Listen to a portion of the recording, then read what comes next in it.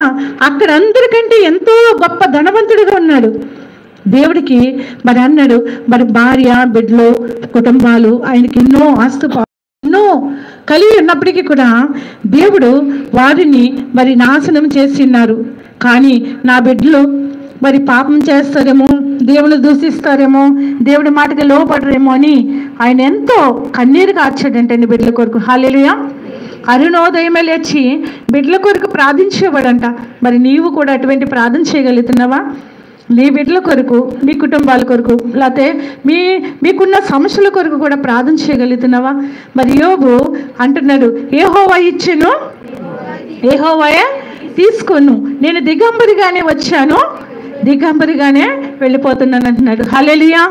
మరి నీవు కూడా దేవుడు నీ కుటుంబాన్ని కూడా కంచి వెయ్యాలంటే యోబు యొక్క జీవితంలో దేవుడి కుటుంబాన్ని కూడా ఆశీర్వదిస్తాడు. మరి తమ్ముడు గత సంవత్సరంలో తండ్రిని కోల్పోయాడు, మరి నానమ్మను కోల్పోయాడు.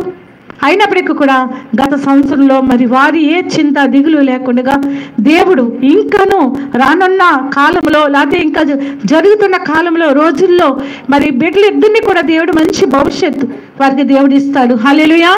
అటువంటి ఓర్పు సహనము మన కలిగి ఉంటే దేవుడు మనల్ని ఎవరిని కూడా విడిచిపెట్టే దేవుడు కాదు. హల్లెలూయా. భర్త లేని వారికి భర్తగా ఉంటానంటున్నాడు దేవుడు, తల్లిదండ్రులు లేని వారికి తండ్రిగా తల్లిగా ఉంటానంటున్నాడు. హల్లెలూయా. మరి దేవాది దేవుడు ఎట్టి సమయంలో కూడా దేవుడు మనం ఎప్పుడు కూడా విడిచిపెట్టేవారుగా మనం ఉండకూడదు. ఈరోజు కష్టం వచ్చిందని, సమస్యలు మనకు వచ్చాయని, బాధలు మనకు వచ్చాయని దేవుని ఎప్పుడు కూడా మనం విడిచిపెట్టకూడదు. మనుషులకు రాకపోతే ఇంకెవరికి వస్తుందండి?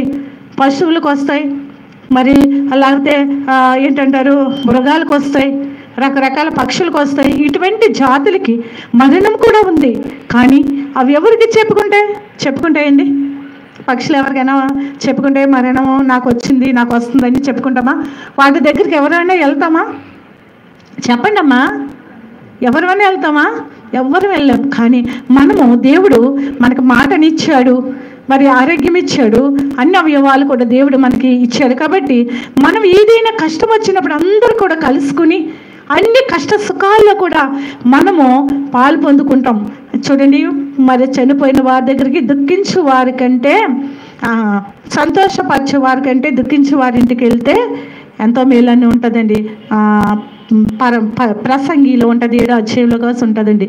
అంటే మనము ఈ కుటుంబానికి ఓదార్చడానికి, ఆదరణ మరి కుటుంబానికి దేవుడు ఇవ్వడానికి దేవుడు నిన్ను నన్ను కూడా ఇక్కడ ఏర్పరచుకున్నాడు. హల్లెలూయా. మరి ఎంతమంది మీరు మరి ప్రార్థనకు మరి లేకపోతే కుటుంబానికి ధైర్యపరచడానికి మీరు ఎంతమంది వచ్చారో నాకైతే తెలియదు. కానీ మనమందరూ కూడా ఈ కుటుంబానికి గొప్ప ధైర్యాన్ని, గొప్ప ఆదరణ మనం ఇచ్చేలాగా కుటుంబాన్ని ఇంకా బలపరచాలి. హల్లెలూయా. హల్లెలూయా. ఈ కుటుంబంలో తండ్రి లేని లోటు, నానమ్మ లేని లోటు దేవుడు తీరుస్తాడు.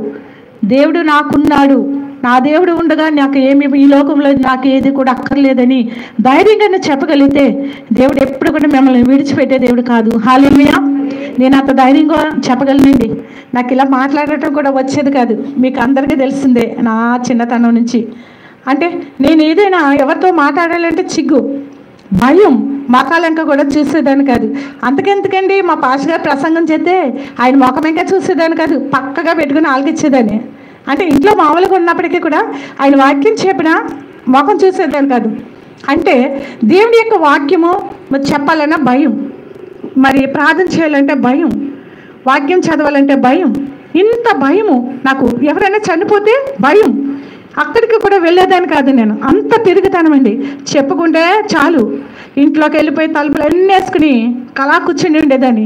మా పాస్టర్ గారు వస్తే చాలు దరదరదరదరలు ఆడేసేదాన్ని. పాపం నాకు భయపడిపోయి ఏం చేసేవారంటే అరుగుమే కూర్చునిపోయేవారండి పాపం. అలాంటి భయంకరమైన పరిస్థితులు నేను ఉండేదాన్ని. చాలా భయం.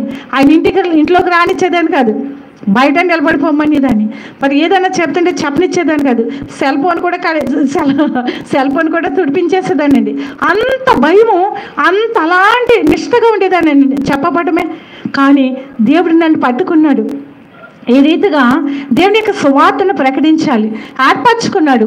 మరి నాకేమీ రాదు స్థితిలో దేవుడు ఈ రీతిగా మరి పాస్టర్ లేని లోటు దేవుడు నాకు తీరుస్తున్నాడండి. హల్లెలూయా.